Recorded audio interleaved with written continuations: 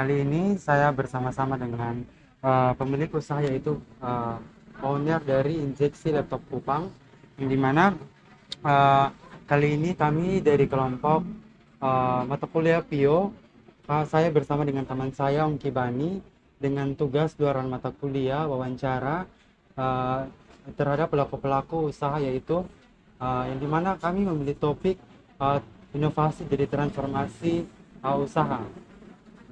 Di sini telah ada owner atau uh, pemilik dari usaha Injeksi Laptop Kupang. Uh, Kami akan menanyakan beberapa pertanyaan yang berkaitan dengan topik yang kami angkat. Yang pertama itu, bagaimana seseorang pemimpin membuat keputusan karyawan agar tetap terus semangat.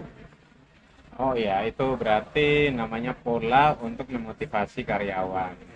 Ada beberapa hal sih leadership yang diterapkan untuk bisa karyawan itu tetap semangat, gercep, dan jujur bertanggung jawab ya, berintegritas dalam pekerjaannya.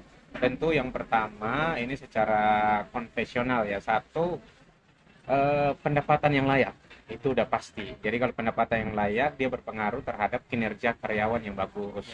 Satu. Lalu yang kedua fasilitas yang memadai. Jadi kalau misalnya admin kita suruh kamu balas chat pelanggan pakai HP sendiri, ya kurang termotivasi. Tapi dilengkapi komputer sendiri, setiap karyawan punya komputer, punya handphone yang difasilitasi. Ya. Kalau mau antar barang misalnya orang-orang yang jadi kurir, Ya. antar barang dilengkapi motor sendiri, Ya. teknisi dilengkapi monitor, perlengkapan, mereka jadi lebih semangat Ya. karena dukungan fasilitas. Ya. Lalu yang ketiga, sistem budaya kerja yang milenial. Ya. Milenial karena di sini semua pekerja itu umur 17 sampai 30 tahun. Ya. Milenial semuanya.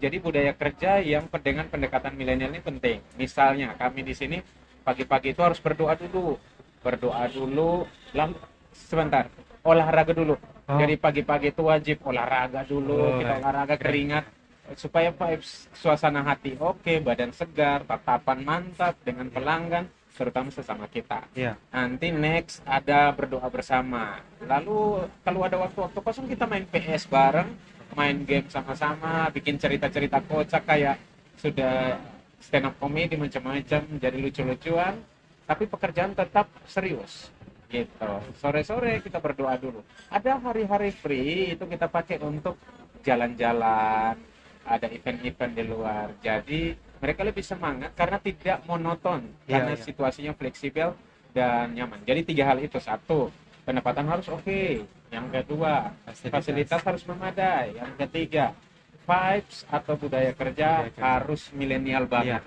Itu 3. Oke, pertanyaan yang kedua itu, apa yang harus dilakukan seorang pemimpin agar karyawan tidak pernah bosan? Kayaknya polanya sama ya. Nah, yang pemimpin lakukan biar tidak bosan, sekarang sudah zaman 2025 ya, sudah zaman teknologi yang maju banget. Jadi tidak zaman kayak dulu bapak-bapak yang sistem kepemimpinannya kan paternalistik ya. Iya, benar. Dia benar. bapak sekali, pokoknya kalau si bos bilang apa, anak buah Harus ikut semua. Iya. Kalau sekarang tidak bisa begitu. Sekarang itu pendekatannya beda. Iya. Kalau ditanya apa sih yang dibuat supaya jangan bosan? Satu adalah dengarkan karyawan. Iya. Itu penting sekali. Karena karyawan itu bakal bosan sekali kalau oke, bos ngomong apa kita ikut, bos ngomong apa kita ikut. Tidak. Iya. Dengarkan dulu, walaupun kadang kita itu sudah tahu keputusannya apa. Iya. Tapi suara daripada karyawan itu penting banget. Satu, mendengarkan karyawan. Iya. Yang kedua, jangan terlalu terpaku, harus aura anak muda itu harus keluar. Misalnya kita sedikit-sedikit ngelucu. Iya. Kadang dalam rapat juga kita bisa ngejokes dulu baru ambil keputusan. Situasinya bercanda tapi hasil keputusannya serius. Iya. Itu biar tidak bosan. Oke.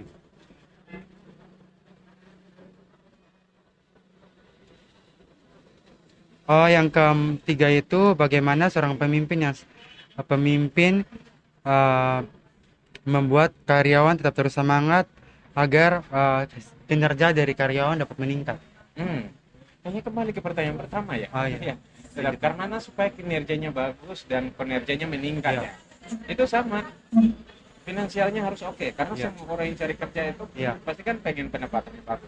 Iya. kalau duitnya oke, dia bisa pakai jalan-jalan, belanja, Iya. oke, dia bisa punya tabungan, setidaknya persiapan untuk pernikahannya, lalu orang tuanya masih dapat transferan sedikit, mereka lebih nyaman. Ini jadi bukan jadi tempat kerja saja, tapi jadi rumah. Iya. Yang kedua yang tadi dukungan fasilitas. Fasilitas itu bukan hanya fasilitas pekerjaannya, tapi fasilitas happy. Kayak misalnya tempat olahraga. Kita punya ruangan khusus untuk olahraga. Lalu ada apa lagi? Itu budaya kerja happy.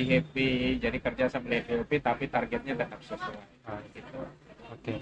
Baik, jadi seperti yang kita ketahui bahwa dengan adanya transformasi serta inovasi bagi usaha-usaha di zaman sekarang, terutama di zaman sekarang itu kan anak muda itu lagi marak-maraknya untuk bangun usaha. Ini adalah salah satu uh, jawaban yang sangat bagus yang dapat ditiru oleh anak-anak muda. Yang dimana bahwa ketiga aspek ini sangat penting dalam menjalankan sebuah usaha UMKM di lingkungan masyarakat. Nah, mungkin itu saja dari kami. Terima kasih.